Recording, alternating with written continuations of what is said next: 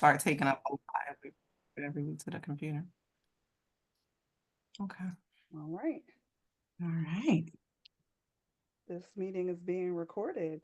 Dr. K, since you have Sophia's helpfully generated introduction, do you want to just say what this is? Oh, let me pull it up. Goddess Mhm. Glow, the Red Lip Alchemy. Yes. Okay. So we have, okay, Goddess Glow, the Red Lip Alchemy Chronicles, where brilliance meets boldness and creativity ignites transformation, embracing wholeness and our communities.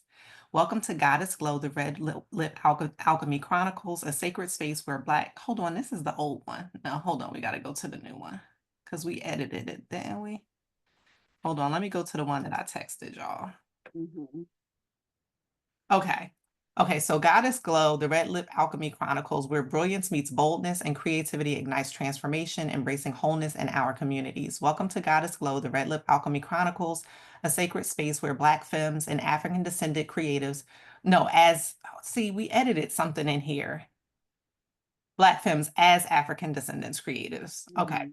So a sacred space where Black femmes as African descended creatives come together to connect, converse, and radiate brilliance. This podcast, YouTube channel, vibe honors the divine power within us, weaving African diasporic practices, indigenous traditions, ancestral veneration, and restorative rituals into a tapestry of personal and communal alchemy. Through bold storytelling, spiritual exploration, and collective wisdom, we celebrate the red lip as a symbol of rebellion, beauty, and sacred sisterhood.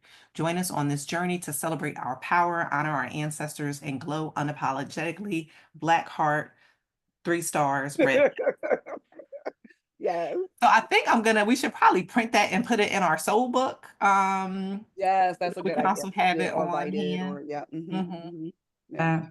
Mm-hmm. But I appreciate you reading it because I haven't looked at it since last week, and it's nice to remember how brilliant we are and all the amazing things that we're gonna do. Yes, and the edits. Because I'm like, as I reread it, I'm like, oh, we changed Black femmes and to Black femmes as because we were like, Mhm. it's not separate things. So Yep. yeah. Mm-hmm. Mhm. Oh, and then also we should check in about like, do we want a point person to facilitate every week? Like, do we want to rotate that each week in terms of who takes on the Oh, that's a good responsibility idea. of facilitating, or Mhm. do you want to flow? Okay. Yeah, I like the idea of maybe taking point, Mhm. Okay. So just who's staring at each other. Mhm. Tiff, you gonna start us off since you already assigned me to read the Sure. I will start us off. So I think we should probably start with some introductions so that everybody watching knows who we are. So my name is Tiffani. I am the Afromaximalist Magic.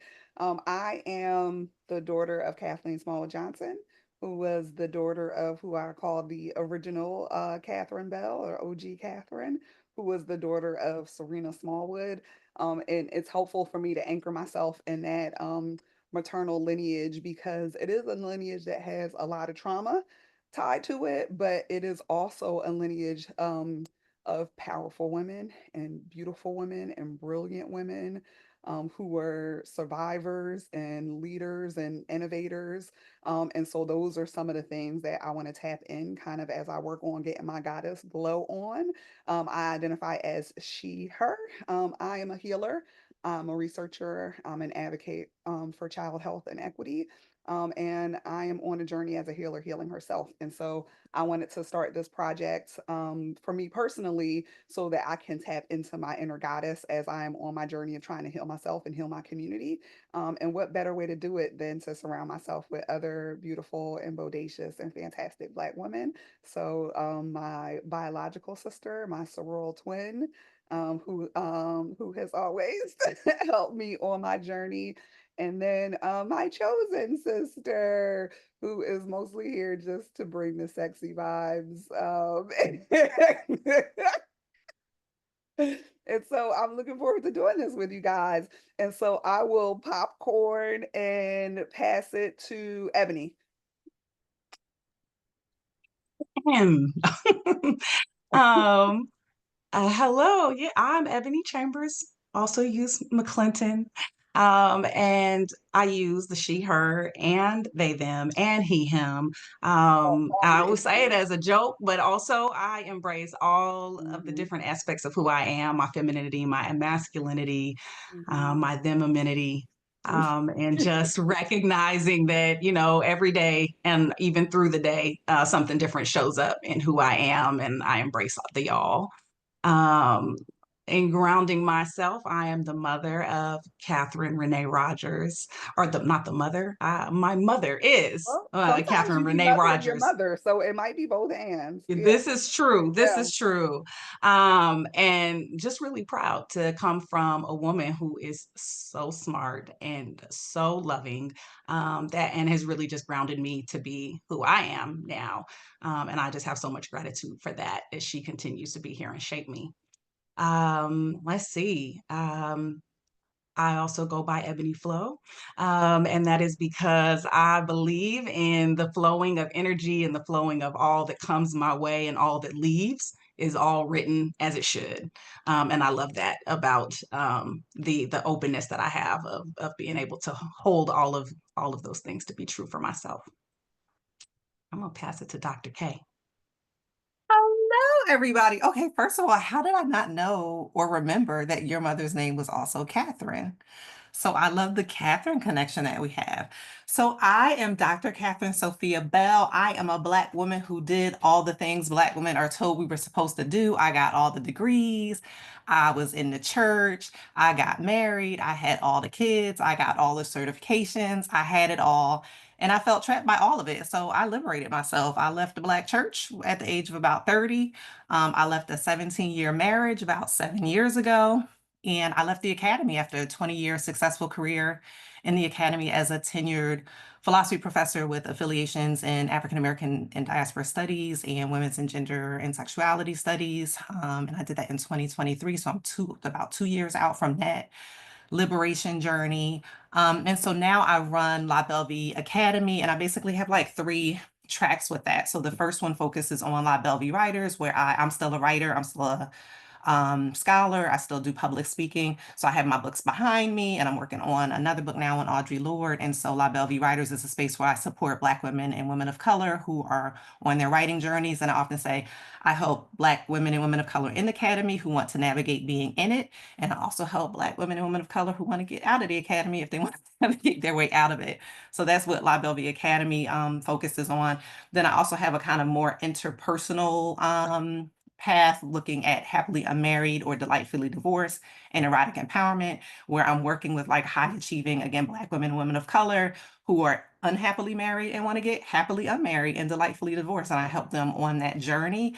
And for me personally, that journey of getting happily unmarried was very closely tied to my erotic empowerment journey. So I felt very erotically disempowered as a married woman and growing up in the church.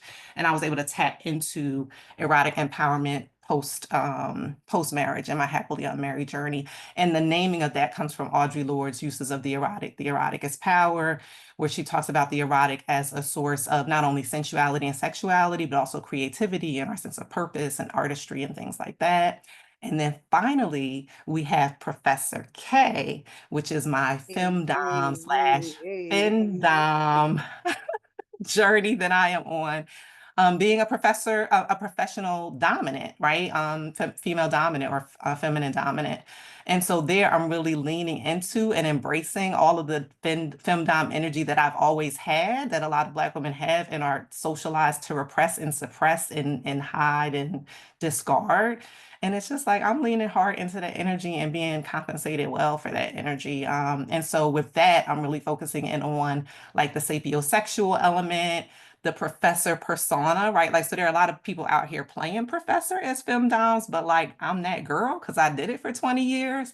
So I'm able to really tap into the people who want that fantasy, that are like excited about the intellect. Like, what? You wrote how many books? And you're working on a third book, or what? You were a professor for 20 years. So I'm really tapping into that and doing the sapiosexual thing, and the FinDom thing with financial domination. So that's what the Professor K thing is about. So I'm excited about, for me, those things are very interconnected because they're all a part of who I am. I think there is some overlap in terms of my clients across those categories, but there are some people who very much want to stay in separate lanes. And so, I leave that up to the people that I'm working with, how much they want to kind of carry over between those or stay in, say, the writer's lane and be like, you could keep the Professor K thing or you could keep the erotic empowerment thing. But that's me. And then I share the lineage with Tiffani, with our mother and grandmother and great grandmother. So definitely tapping into that energy. And of course, the original Kathryn Bell, we should mention, was a Jet magazine beauty, was a professional model, right? So I remember one of the things Tiffani encouraged me to do as I was on my journey was like, embrace your inner pinup girl, right? Like this is my namesake. The original Kathryn Bell is the person. Bell is the person for whom I'm named, and for whom I renamed myself. So my name Kathryn Bell is neither my maiden name nor my married name. It's my chosen name to honor my maternal grandmother, who was the original Kathryn Bell. I just added an extra E for it sounds the same, but for a little differentiation. Bell meaning beautiful, the beautiful life or the good life. You like how I'll be giving that advice of tapping inner pinup girl energy, Ebony, but don't take it. But we'll work on that. Right, right. You can give it, but you're not holding it. Not yet, not yet. That's for her right Not yet. That's for her right now. She's tapping into her inner pinup girl, and I'm tapping into my inner child. We on different journeys right now. I'll get to the pinup girl at one point, but right now I'm blowing bubbles and braiding rainbows. I'm doing the Birdman hand rub for this pinup. Ready. But Ready? I love the inner Ready? child too. Yep, yep. It'll come one day. All right. Well, thank you, ladies, for those fantastic introductions. So, part of like what helped to birth this was me getting this book. And so I am also a sapiosexual. I love reading and I love books. I'm a bibliophile. And so I came across this book as I was kind of perusing some of the Black owned bookstores online, called African Goddess Initiation: Sacred Rituals for Self-Love, Prosperity, and Joy by Abiloa Abrams. So I guess maybe when we post this, we'll figure out how to put a link to that book. But as I looked through it, I thought, well, what a great idea for me to kind of go through each chapter one by one with intention over however long it takes me to go through it. And wouldn't it be amazing if I could invite my sisters on this journey with me so that we can learn from each other and learn from that like deep inner ancestral knowledge. So the book, kind of like just to kind of walk through what it is, it takes you through a number of different kind of temples in your body. And so she says that some of it was inspired by the chakra system, but she took kind of an African and an indigenous approach to it. So the first temple is the threshold or Sankofa. The next one is the temple of the ancestors, your soil energy channel. Next is the temple of conjurers, your creation energy channels. Then comes the temple of warrior, your power energy channel. The temple of shadows, your inner monsters. The temple of lovers, the love energy channel. Maybe I'll tap into my pinup girl energy by then, maybe. The temple of griots, your voice energy channel. The temple of queens, your insight energy channel. And then finally, the temple of the high priestess, your ecstasy energy channel. I'm looking forward to getting to that one. But we got to start at the beginning. So we're starting with Sankofa. I love Sankofa. I love thinking about how do you look back and take those lessons from the past and how do they inspire you and teach you on your journey for looking forward. So I have been in a constant Sankofa journey, which included Kathryn and I going to Ghana a couple of years ago. But that's where we're starting today. So today, the first goddess, I'm about to butcher some names. Do y'all know better pronunciation of names? Nana Buluku. I would say it exactly that same way. Mm-hmm. You say it however you want to say it. But that's how that's how I say it. So Nana Buluku. So what things that resonated with me as I was kind of reading about this goddess, and then we can kind of go back and forth to each other to see what resonated with you.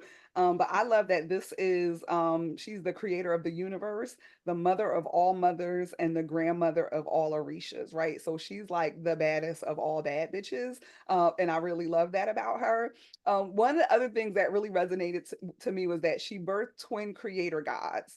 So one of those was create commands the night and one commands the day. And so that actually reminded me of me and my sister Kathryn, because I am a very much a night owl, and she is very much a lark. And so oftentimes I am going to bed when she is waking up, and I like literally pass the baton to her, like, the world is yours for you to ordain.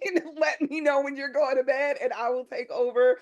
So that really resonated with me, as her being a mother and grandmother to me, as one of the rulers of the world and rulers of the night.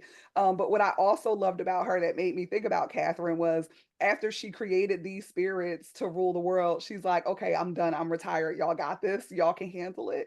And so that was inspiration to me, as I'm someone who like always has a lot of ideas in my head, and I can feel really overwhelmed about how to get all the things done. And so it is empowering me to think, like, how can I like take some of these brilliant ideas and get them started, and then pass the baton and tell somebody else, you got this, to take over, and I don't feel like I need to rule all the things and do all the things all at the same time. So those were some of my initial reflections. What about you guys? Mhm. I just really love that she invoked her mama spirit and her rest spirit, same as you, and the protection spirit, and just reading that history and how folks would invoke her, really resonated in the sense of protection, because I find myself being a protector often, and so I think there was parts of her where I was like, I am Buluku, I am. Yeah, you are. I'm like, she is fierce, right? Like some of her colors are my colors. Mhm. Her stones are some of the stones that I keep on my altar. And so I just really appreciated reading about her. I love that we started here. Y'all know one of the things I'm working through is my relationship to motherhood and the maternal, as a mother of four children. And actually with the goddess deck, like the one card that I did pull this week was like the goddess mother, or the You queen pull that mother. card all the time. Damn. Because I really want to be about that Oshun life, but Yima Yah be like, girl, what's up? Mhm. So the motherhood, grandmotherhood thing stood out to me. And then it also reminded me of our maternal great grandmother, whom we called Nana, even though her name was Serena, who was also very fierce and could be both nurturing and feared. Mhm. So there were a lot of things that I actually connected to Nana when I was reading about this goddess as well. And I also thought about you because she was described as like a herbalist, and you're getting into this apothecary thing and growing your own herbs and garden and stuff like that. And then she was also described as a healer. And I know that is a way that you very much describe, self-describe and self-identify. So yeah, I was thinking about you with her. I was thinking about myself with the maternal stuff, and then thinking about Nana as both the nurturer and the one who is feared and would, cuss people out in a minute. Mhm. Yeah, I definitely was like, "Oh, Nana.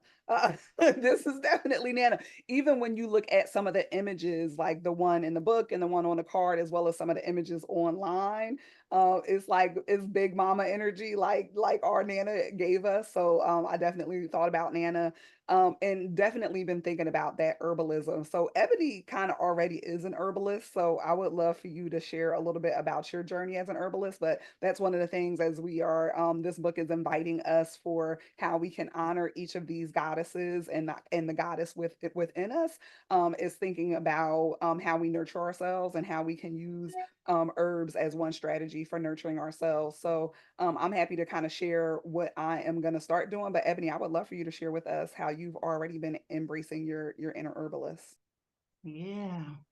Well, we all know there are so many teachers, and in addition to this book, Queen of Afua was one that has so much out there. And I took a few of her classes, and through her Wellness University in New York, went to New York, studied under her, and she has a book called Heal Thyself that I really appreciated, and talks through the use of herbs and just what we're putting in our bodies that help us to thrive. And so that was kind of my first like entryway into really recognizing that everything that I need is growing from this earth. And so I began to start studying herbs and growing them myself, canning them. Similar to the start of Tiffani's now apothecary, I have one as well. And so it's great to just realize like, oh, I'm feeling a little anxious. Okay, well, I'm going to move and grab some of this tea. Or one of the kids is sick, or my mom's not, has a little ache with her arthritis, and be able to put together a mix that helps them to feel better and maybe even more grounded. And so I continue to use it and continue to learn, but it is definitely interwoven into my journey for sure. Yeah, I've been thinking a lot about it. So last year, when one of my nibblings, my youngest nephews, was here for the holidays, we were doing kind of family movie nights, and one of the things that he was watching was a special. I think it's called "You Are What You Eat." I never watched those things because I never wanted to know what I was eating, and then once you see it, it can't be unseen. And so one of the things that really resonated with me about it is, as a pediatrician and as a health services researcher, one of the things that I always say, kind of jokingly, but it's very real, is that racism is methylating my DNA and shortening my telomeres. And so, in watching that special, one of the outcomes that they looked at when comparing the twins who were plant-based versus the omnivores on the standard American diet was that over the course of 8 weeks, they were actually able to lengthen their telomeres. And I thought, like, wow, how powerful is it for the fact that I'm doing all the work, right, to try to um, reduce the impact of racism on the health and well-being of myself and others. But as I'm doing the work, and what can I also do to mitigate those things through some of my lifestyle choices, and recognizing that the foods that I typically were eating were not the foods that my ancestors were eating, right? And that there are foods, the American diet and lifestyle is something that is contributing to a lot of the disparities that we see in our communities in terms of high blood pressure and diabetes and high cholesterol and heart disease and cancer. And so, what does it look like for me to take real responsibility for my own healing and my own journey? And as someone who has focused so much energy on taking care of others, how can I redirect that energy towards really taking care of myself and prioritizing my health and well being, and starting with nutrition? And as I became plant based, but am allergic to plants, which makes my life challenging. So I have like oral allergy syndrome, and I'm actually literally allergic to a bunch of fruits and plants that I can't eat raw. And I'm allergic to soy, and so it's having challenges getting enough protein. And then somehow, as I just started reading, I decided to start growing my own vegetables. And it's been a lot of fun just watching them go from like little seeds to, these big giant greens that I could eat and nourish my body with. And as I continue that journey, I started thinking about, well, how can I, as we know, as Ebony pointed out, everything that we need is the earth and the universe provides for us. And so can I start growing some things that will help to nurture me on my healing journey? So I'm just getting started. I'm gonna try not to poison myself, but I am excited about that journey. And it's even just little things, like one of the first things to pop up was the lavender, and just taking a moment when I'm like watering my plants to just rub that lavender leaf in between my fingers, and to smell the scent of lavender and let it calm me down. I'm already seeing some of the beneficial effects of it. That is beautiful. I've been talking about starting a garden for many years. It's one of the things that my kids are always like, if I say I'm gonna do something they think I'm not gonna do, they were like, oh, like the garden. blocked you. Never mind all the other things that I have done. But I'm like, the intention is there. When it is time, I will know it is time. So I do have an intention for starting a garden, but I have not started a garden. I think the closest I got was like herbs in the bay window in my old house, where I moved from. But in terms of nurturing myself, a lot of my nurturing is and like in getting, well, it was in leaving my marriage and leaving my professor's position. Liberating myself from institutional bondage is a major source of my self-nurturing practices. And then like doing what I love to do. Like I really do, when I assessed when I was walking away from the academic position, it's like I really love to read, really love to write, I really love to do like the speaking and coaching. And the things that I loved about my job I didn't have to be tied to a university to do those things, right? And so it was like I was able to walk away from the things that I did not love, that did not spark joy for me, that I could give a sacred no to, and really focus my energy and efforts on the things that I want to give a sacred yes to. So that's been very nurturing, very affirming of like, I made good life choices, and that's felt really good for me and my body and my spirit and my soul and, every aspect of my being. And then pleasure practices are very central for me in terms of my nurturing. So a lot of that for me has come from lovers, but also being in sex positive Black kink and BDSM spaces. So a lot of times those communities for me have been in Atlanta. So I live in Savannah, so I have pretty quick access to Atlanta for those kinds of things. So like, I love that there are people in my life. Like, for example, one of the conferences I go to is called Sex Down South, which is like a sex enthusiast and sex educator conference. So it like, it's set up like a conference. There's book exhibits and there's just other exhibits as well in that space. But like when I went to that conference last September, it's coming up in September too, if anybody wants to go. But when I last went to that conference, and this is like the motherhood thing as well, right? Like I had my youngest kid with me. I usually have some kind of arrangement for the kids, but I had to bring the youngest kid with me. And then my third born was coming back from travel. So I was meeting the third born, and I was like, how am I about to do the things that I do with these kids, right? And so I was feeling some kind of way about like, how am I going to like really be fully present in this space? And so one of the people who I know and love in the space I connected with, I was like, are you going? And she was like, yeah, I'm gonna be there. You going? And I said, yeah. So she said, well, what are your pleasure goals? And I love a good goal, right? I'm a high achiever. Don't tell me to pick a goal.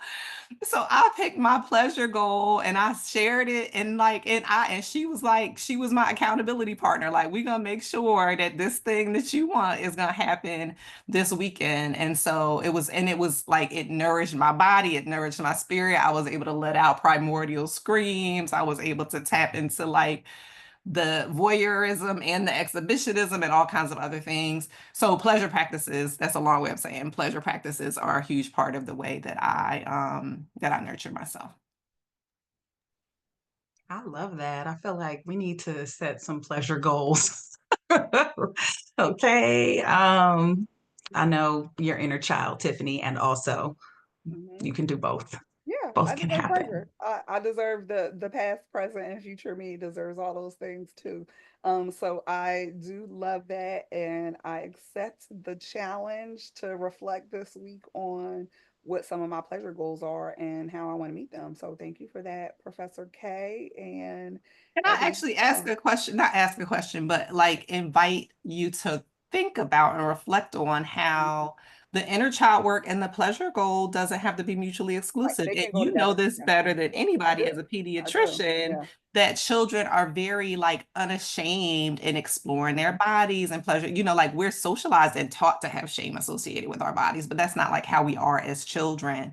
So Mhm. I think there could be beautiful connections between the inner child work and the Mhm. pleasure goals work. I think it's definitely a both ands, and I Mhm. think the inner child work and doing some of that healing will help lead me to being more empowered Mhm. around those pleasure goals. So I think they do definitely go hand in hand. Hmm. Hmm. Hmm. Yeah. I'm Hmm. going to do the same. I'm going to challenge myself to reflect on a pleasure goal. All right, we're gonna come back next week. I'm gonna take a With note pleasure goals. to myself. So Hmm. do we need weekly pleasure goals, or are we just like, okay, this week we're gonna think about pleasure goals and talk about them next week? We'll Mm. see. We'll start with next Okay. week, and And take it it from may there. be a. I probably should have a weekly one, so it's not a one and done for me. So yeah, I'll take that. I'll have a weekly pleasure goal. Mhm. Mm. Mhm. I like it. I like it. Okay, I'm gonna start. Oh, does your AI thing take notes? Like, will it take notes of our thing? And the AI companion says it's on and it's flashing, but it's not telling me if it's doing what it's doing. Okay, well, So I'm I'm not going to sure. use Chat GPT as like a note taker so I can just remember include in here what we are adding in terms of what we're going to do. So, Pleasure goals, weekly pleasure Okay, goals. yep. I will receive a summary after this meeting. I just clicked on the AI companion just oh, to see okay, what it means. perfect. Yep, so I will. I love Okay, so I don't need to do it. Okay. I love this Okay. technology. Me too. All right, pleasure goals, come through. Mhm. One of the things that you brought up, Professor K, was I love that y'all call me Professor Cat. yeah, yeah. We'll Here we'll for call it. you all the things while you're here.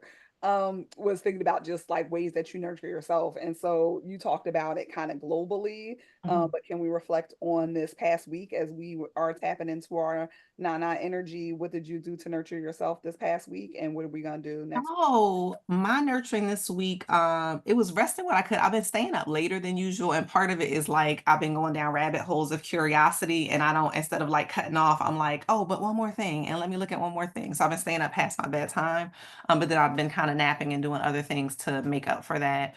But other ways that I've nurtured myself is like focusing on my health, like my health and wellness, going to the doctor. So like I went and got my annual pap smear this week, and I'm back to having a Black woman doctor. So when I was in Memphis, I've always had Black doctors. When I was in Atlanta, I had Black doctors. In Central Pennsylvania, I was not able to access. Like, or if they were there for a minute and then they left because they were like, we don't need to be in Central Pennsylvania.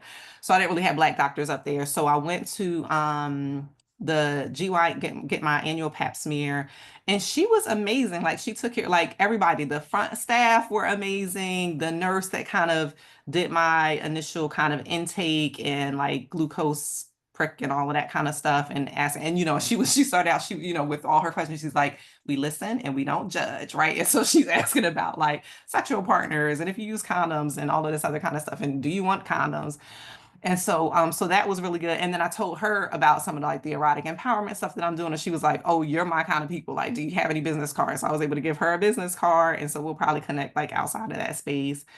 And then the doctor herself was really good with just, like I was there for like 2 hours. It wasn't like we got 5 minutes, let me get you out of there. Like I was But legit like, can we explaining it. just pause and like say how rare that is, right? Like so often in healthcare, like everybody's trying to get somebody in and out in 15 Mhm, minutes or less. So to be able to mhm, have someone who took their time to get to know mhm. your goals and your needs, we need more providers like that and more spaces like Yeah. that. And it was very holistic. It wasn't like, okay, you signed up for a pap smear, so get your pap smear and get on out of here. It was like they did all the blood work. So the nurse again that was taking me in said, well, we can run all, the glucose and the all the other things that you would usually get with, say, like an annual physical. And then she was like, I just got my, like, so I get regular STI testing. And so I just got a full panel of STI testing in like September of last year, which is fairly recent. I probably do like twice a For that year. sex down south. Hmm. I got it. Yeah, I did it before. I did it after my summer flings and before sex down south.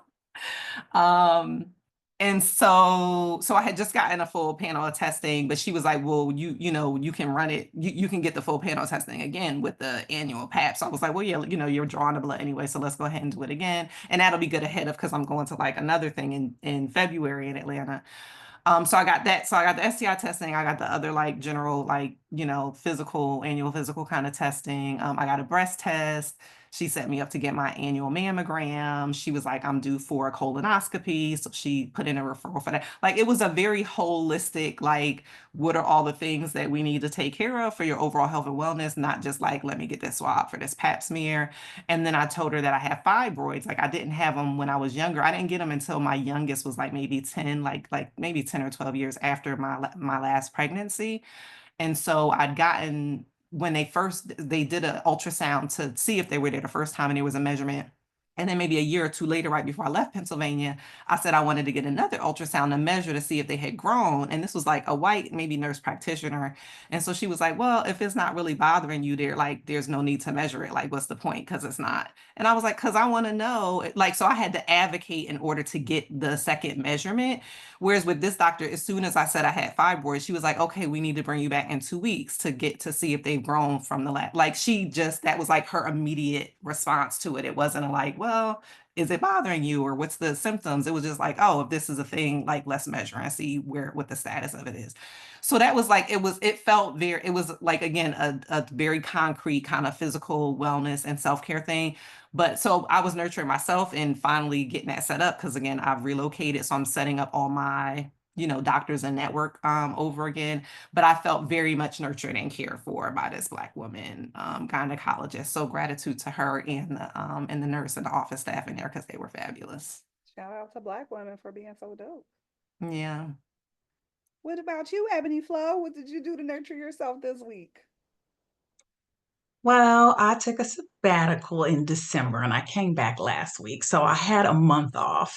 And so nurturing myself this week has been not feeling like I needed to rush back into all the things and going to bed on time. Like that has been just like a priority. Like I was taking naps and that's not even something that my body wouldn't even allow me to do that. So while I was off, I was doing it. And I was like, I don't know if I'll be able to nap during the day again, but I definitely know I need my 8.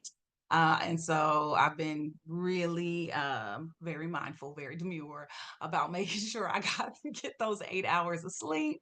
And just making sure I'm thinking about the week. Every morning I've been getting up and doing intentions and just, holding time to do visualization with the intentions of like, how am I visualizing my day?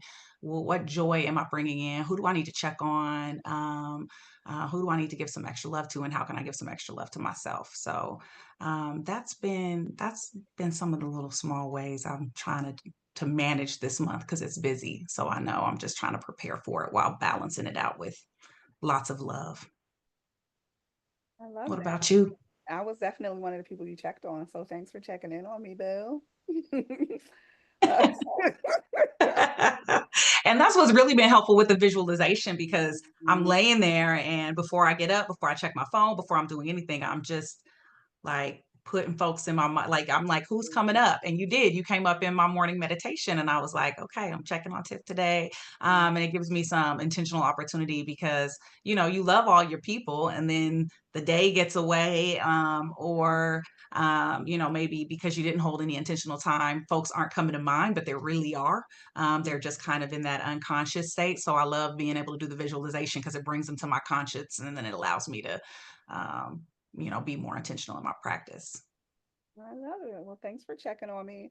So, what have I done to nurture myself this week? I will say the biggest thing is that y'all know I've been working on like getting back into therapy. So, the background for that is that I had a therapist when I was in Philadelphia, who was working and helping me deal with like all the acute things that I was managing. And so, when I left, I was actually probably in like the best state of like physical and mental and emotional health when I left there. And so I was recruited for a job out here in California and moved out here in 2019. And so I bought my house, I started October 2019, I think is when I started my job out here.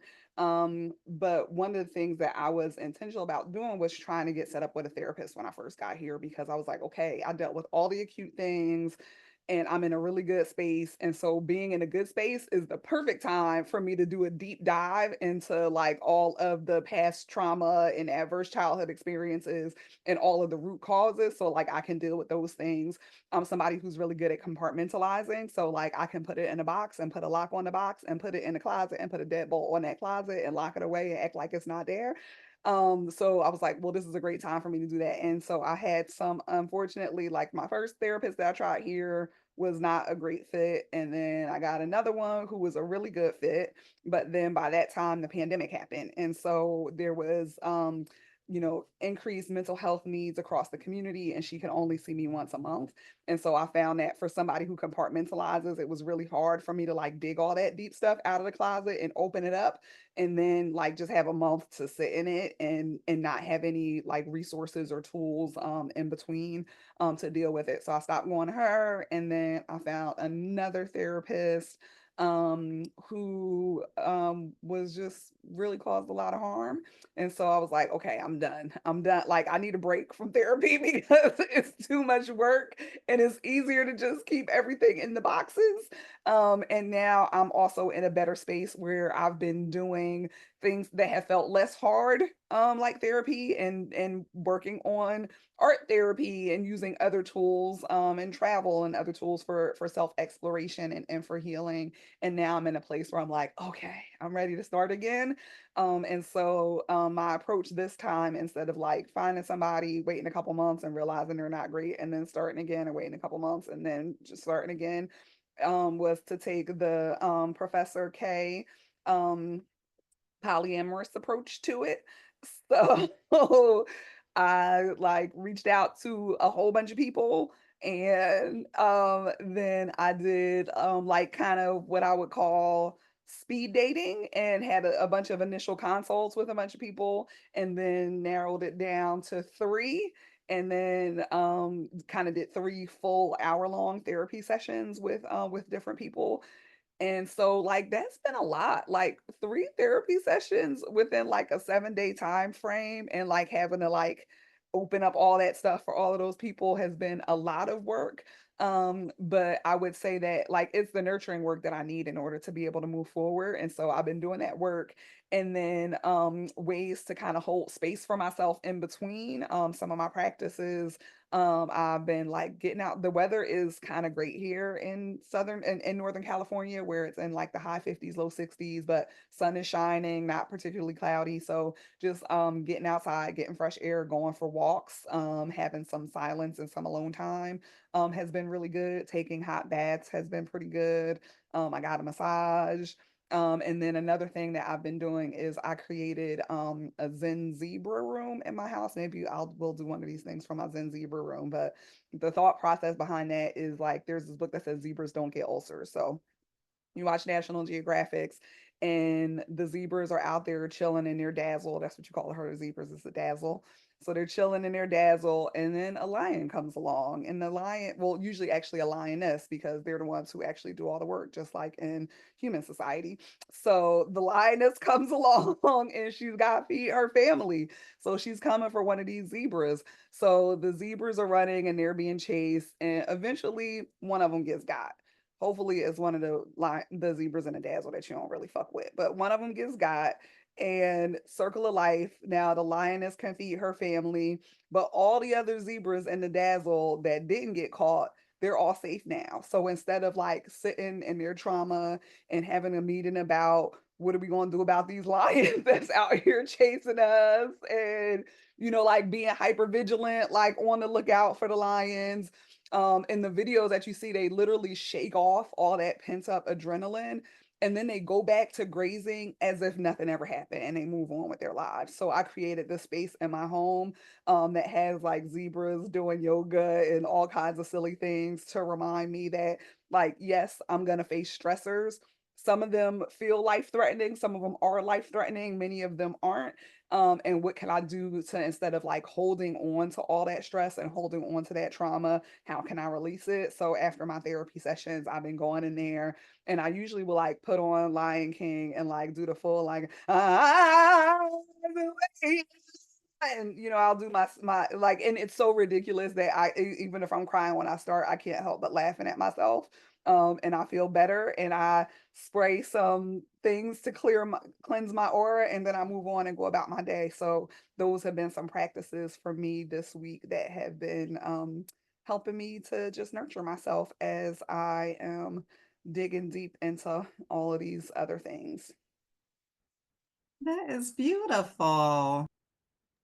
I have witnessed this Lion King yell and the spritz. Mm-hmm. I love it. I love it. It's real. It's real. It's very powerful. It's very, very powerful tradition.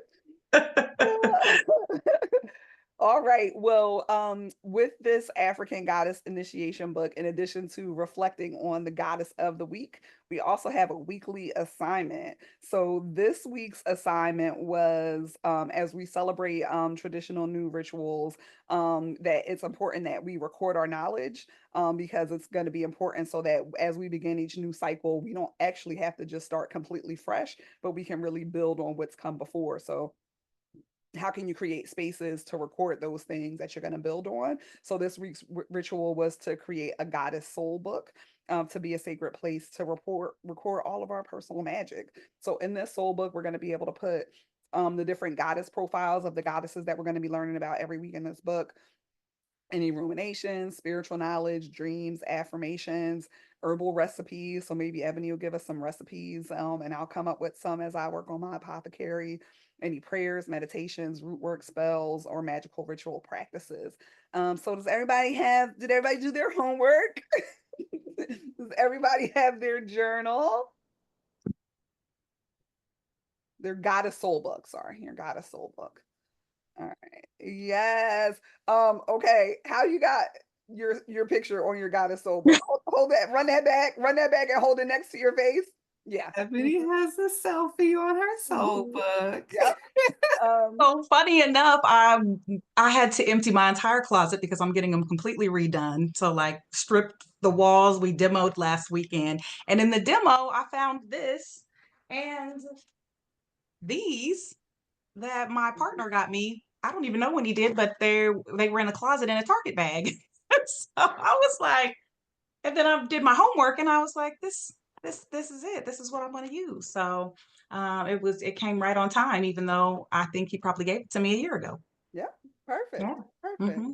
Yeah. I love it. It reflects you perfectly. I love your goddess soul book. All right, Professor K. So I decided I'm doing a not a no spending, but a low spending. So I was like, I will shop in my own home because I have an abundance of journals, I have an abundance of pens and all the things. So I was like, let me look on my journal shelf and pull off a journal. So I think we have two. We have the Goddess Soul Book, and then we have the one where we're like recording things. Correct. So Yeah. for the Goddess Soul Book, I actually pulled it's a book that I actually got for my 40th birthday, but like there's some things from some people who were at my 40th birthday, like some kind notes at the beginning, but I decided I'm gonna keep it. And I think this is actually the one that you got too, Tiff. So that's hilarious because you just ordered this one, but this is the one. So this is what I'm also using for my soul book. So that was already on my shelf. And then I'm going to use this. This is the line journal. I generally don't love line journals, but it's a golden journal. And I actually initially used this one for, there was a daughtering workshop that Alexis Pauline Gums did in North Carolina, like when I first got back from Germany. And I got this for that. And so there's some interesting reflections on, like, again, daughtering and mothering, which is for me like two sides of the same coin. So I think it's interesting. I'll be curious to see how the context in which I first got these journals comes up as I'm working with them for this purpose. I love it. Well, you are the minimalist of our yin and yang, and I am the maximalist. So yes, I have 5,000 journals, but I felt like I needed to get like something like special and magical for this book. And it's so funny that I did order something that, not knowing what yours looked like, that I ordered some one. So this is mine. I like it because it is big and I like big books and I cannot lie. And so it feels like like something that's substantial to like really hold on to all of my magic. So I'm excited about it. Yeah. I love Love it. it. And I do I have love a it. line journal, but it's not down here with me. I forgot to bring that down with me.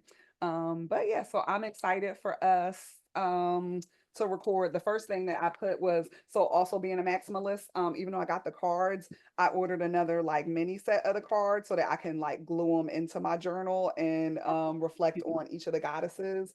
And so I just quickly did this one because we just got this, but there's Nana. And so I kind of just wrote down some of the things that resonated with me. But in the future, maybe I'll draw them pictures and put pressed flowers on them and do all kinds of other things. But I'm excited about having this. Very cute. Love it. Yay. Mm, All right. So any other reflections on this? Should we pull a goddess card for next week? yeah. Let me go see if my deck is down. I don't have my deck with me. I'll be right back. Okay.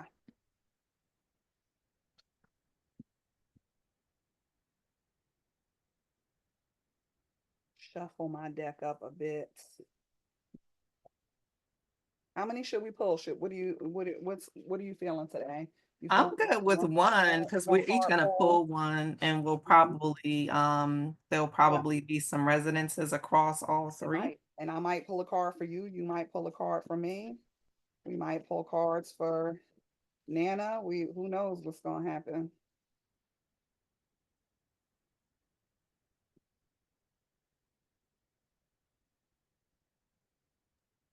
I too have an Amazon box. Time to see. Time to see if it's in here. It is not. Someone will have to pull a card for me. All right. We can pull a card for you, Bill. Thank you.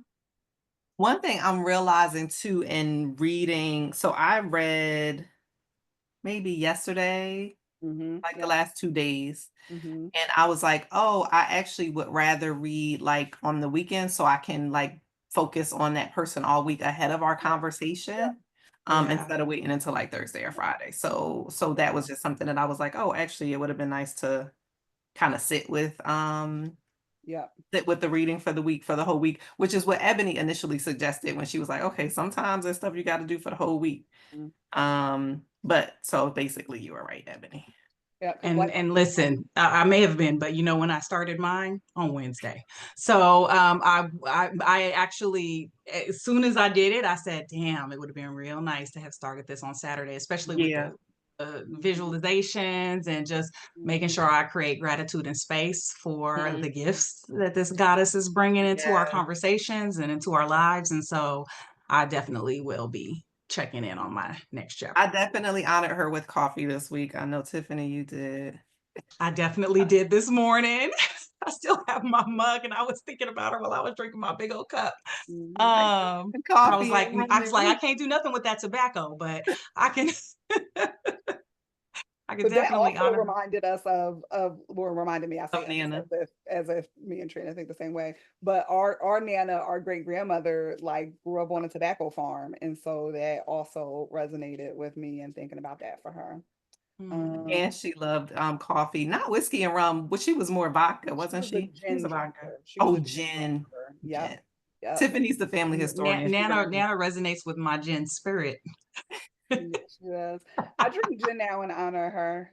So, but yeah. Sagram's gin. That's right. Sagram's was her. Yeah. Kept the bottle right by her bed. Yeah. And in her pocket of her moo. Yes, she did. She did smoke tobacco, but quit both of those things towards the end of her life. But for most of my life, she was a drinker and a smoker and all those things. But okay. So did you pull your card, Kathryn? Yeah. Not yet, you said? Okay. Okay. I just said.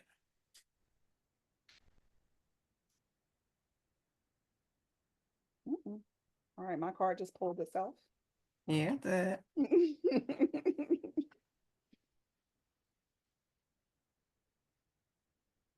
You gonna share your card? Did you put one for Ebony too? Well, I don't want to taint hers with my reflection, so I hear you. I'm a So you're read gonna do mine into yours mine, and and then I'll put then it back in and reshuffle the deck, and we'll see what falls out for Ebony. okay. I love it. I love it. Okay, so I got Mojaji manifestation. Okay. You got your book to say what that mean, what it's about? Yes. The number is 9. 2025 is the year 9, right? I saw Oh something. yeah, it is. It's like the It's year of the Oya Oya. year.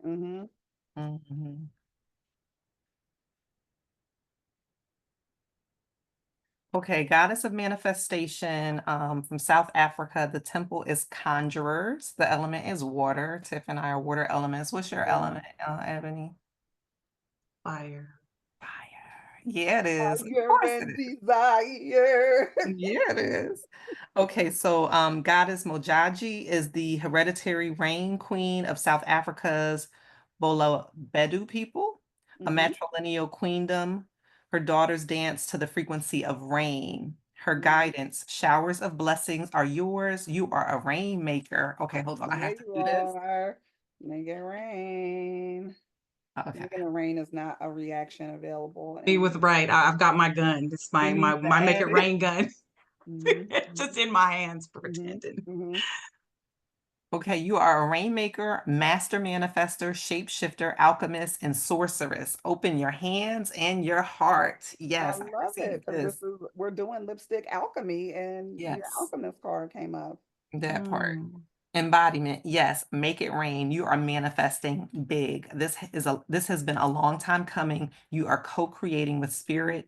Match the energetic frequency, the ashe of your desire. You are magnetic, like attracts like. Raise your vibration and align with the sacred. Close your eyes and see your blessings. Feel them in your bones. Ask, believe, act, allow, and receive. Goddess declaration. Divine blessings flow to me easily. I'm loving all of this because I also am all about embracing ease and flowing with ease. So this is a wonderful affirmation to go with this card and the guidance of the card. So I definitely, love that. yeah. So So I I can't received wait this to feels very, hear. oh, sorry. I was just gonna say I can't wait to hear next week about kind of how that card and that energy shows Yes. up for you. Yeah. Well, it feels really good as I'm still doing some strategic planning for myself for the year. So I've been doing a lot like the La Belle Vie writers thing I've been doing for a while. And I'm looking at like, okay, what do I want to put out there next in terms of my offerings? So Professor K is definitely coming. And I've been looking at, do I want to do high achievers and erotic empowerment? But I'm also like, I get to create the life that I want. So I'm not trying to pile on a bunch of stuff. And so like whenever anything feels like too much, I'm like, I actually don't have to do too much. So this week I've been reflecting on just doing the erotic empowerment thing because that resonates most with where I am as well as with the kind of connection to the Professor K stuff. So I think I'm gonna hold off on the happily unmarried stuff until Spirit says do that. But like the erotic empowerment is the thing that really is coming forward for me. So I'm looking forward to like making it rain, like the pleasure rain, the like embracing erotic empowerment, the material manifestations of that and financial manifestations of that. So I'm really excited about like again staying connected to ease, even as I'm building out the things that I'm offering to the world I and love myself. it. I love Love it. it. Mhm. Well, I'm glad that I pulled my card separately so that I couldn't say that this card was for Ebony and not for me. Um, so my card is Katesh, who is the goddess of sacred lust. You can't make this up. All right. So the goddess of sacred lust, she is an Egyptian goddess. Her temple is the temple of lovers, and her element is fire. So she is the mistress of the gods. She belongs to the streets. So she's an Egyptian goddess of sacred sexuality, ecstasy, and fertility. Her two men, yes, two, are the fertility god Men and Montu, the god of war. So Katesh's guidance for us, you are an erotic creature. You have a divine right to experience sensual ecstasy. It is sacred to give and receive pleasure. Embodiment, you deserve to feel good. It feels good to feel good. So allow yourself to feel good. Lean into your sacred lust. Turn up your own fire and quench your thirst. Dance with pleasure. You daring to embrace your sensuality will set the world on fire. And my goddess declaration is it feels good to feel good. Um, so if there is clearly something magical happening with this trinity, this holy trinity with you two today. And so I will embrace my mistress goddess energy. Hmm. Hmm. And it Love ties it. into the other homework assignment of coming up with a pleasure goal. Katesh will write that Yes. for me. Hmm. Hmm. Yep. All right. She literally fell out the deck when I was shuffling. She was like, "This is for you." Right. I love it. All And I right. also just say I love how many times good was repeated. Like So it be many good, it times. feels good, Right. feel good, and be good, and feel good, and the good, good, good. That's that good, good. I'll repeat it. Embodiment. You deserve to feel good. It feels good to feel good. So allow yourself to feel So good. good. Mhm. Lead Mm. your sacred lust. Yep. Yep. That is a word. Mm-hmm. Mm-hmm. Mm. All right. Let's see what energy we got for you. Okay. I'm just gonna see if I think that one's for you. Okay. This is Ooh, grief. a, a lot of grief. Yeah. So this is number 29. I was 26. All right. So Allah is the goddess of grief, Igbo and Nigerian. It's in the temples of lovers and the element of bush. Ancient Earth Mother Allah is the foremost Igbo deity. Goddess Allah oversees motherhood, fertility, and the afterlife. After death, humans return to the womb of Allah, replanted in the soul of reincarnate. Allah's guidance. Give spirit your grief. Bawl it out, wail it out, cry it out, sob, shriek, shed tears, and surrender it. Embodiment. You are holding unprocessed grief. You want to skip over it and get back to normal, but grief doesn't go away because you ignore it. The only way to heal. I'm sorry, I just pulled another card for me, Ebony.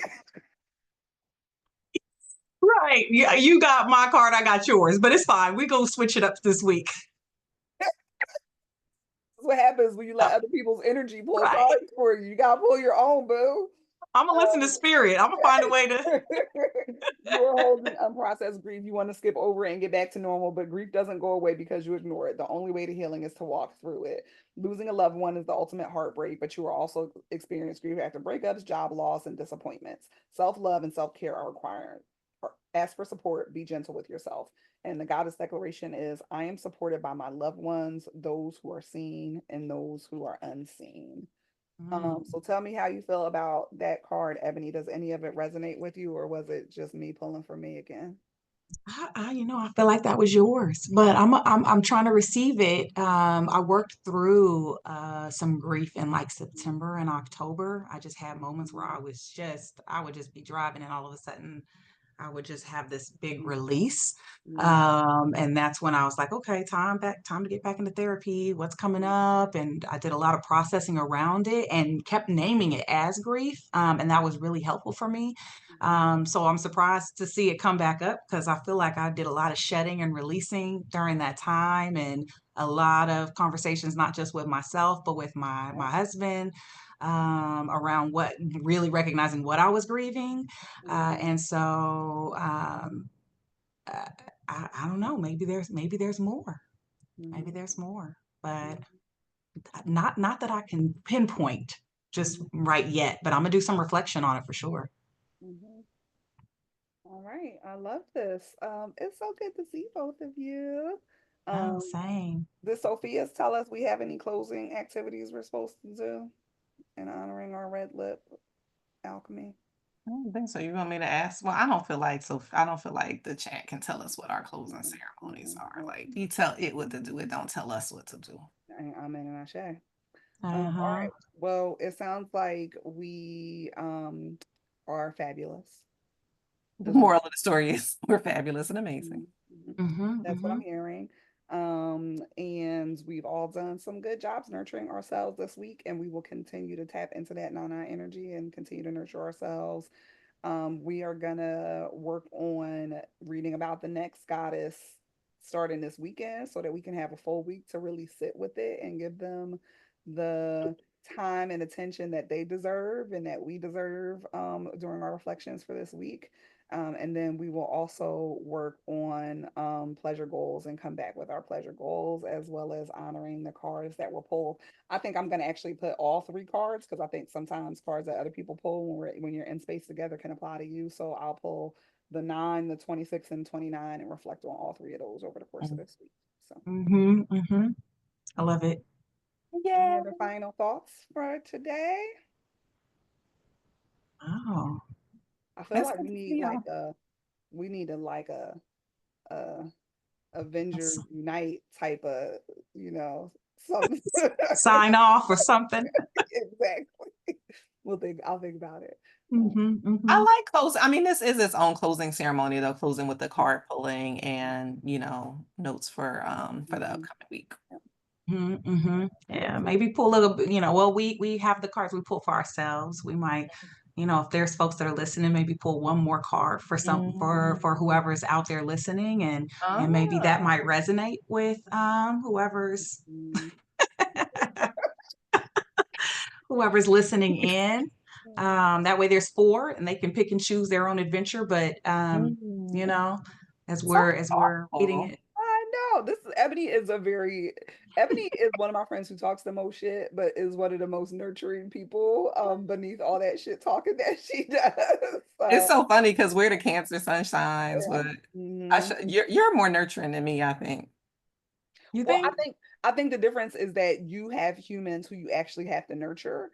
And so I have more bandwidth to do those things than you do because you actually have humans that you have to care for. Yeah. Yeah. Well, thank you, ladies. This has been amazing. All right, hold on. Are you pulling a fourth card, or we're doing that one? Let's do it. Okay. Why don't you do it since I pulled two? Trina, you pull a second one. You pull a fourth one for the audience, for the people. The people's card. Bonus.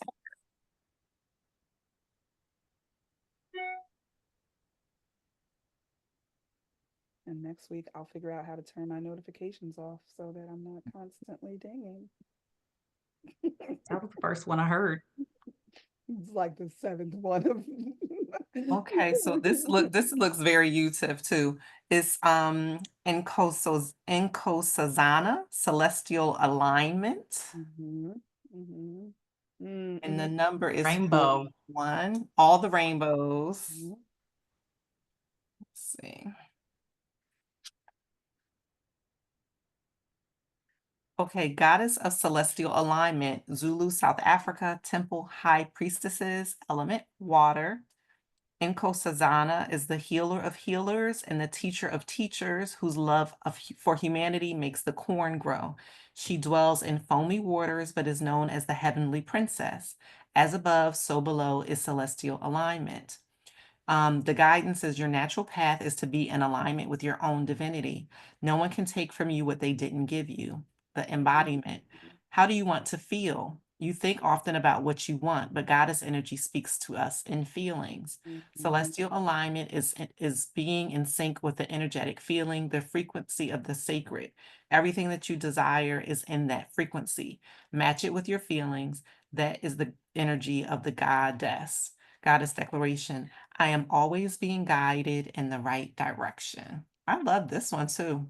I love it. I love that there are 2 fire cards and 2 water cards to kind of help balance out all that energy. I feel like I'm the goddess's favorite this week, and all the cards are for me. But I think maybe the goddesses know I needed a little extra TLC to get me through this week. So all these therapy speed dating sessions. Listen, it's a lot. It's a lot. So what number was that? That was number 41. 40. Okay, because I'm just gonna have them all so that I can reflect on them for this week. Yeah, I like that. All righty. Well, thank you, ladies. Shall we amen and ashe and end the recording? Amen and ashe. All right, I'll stop it.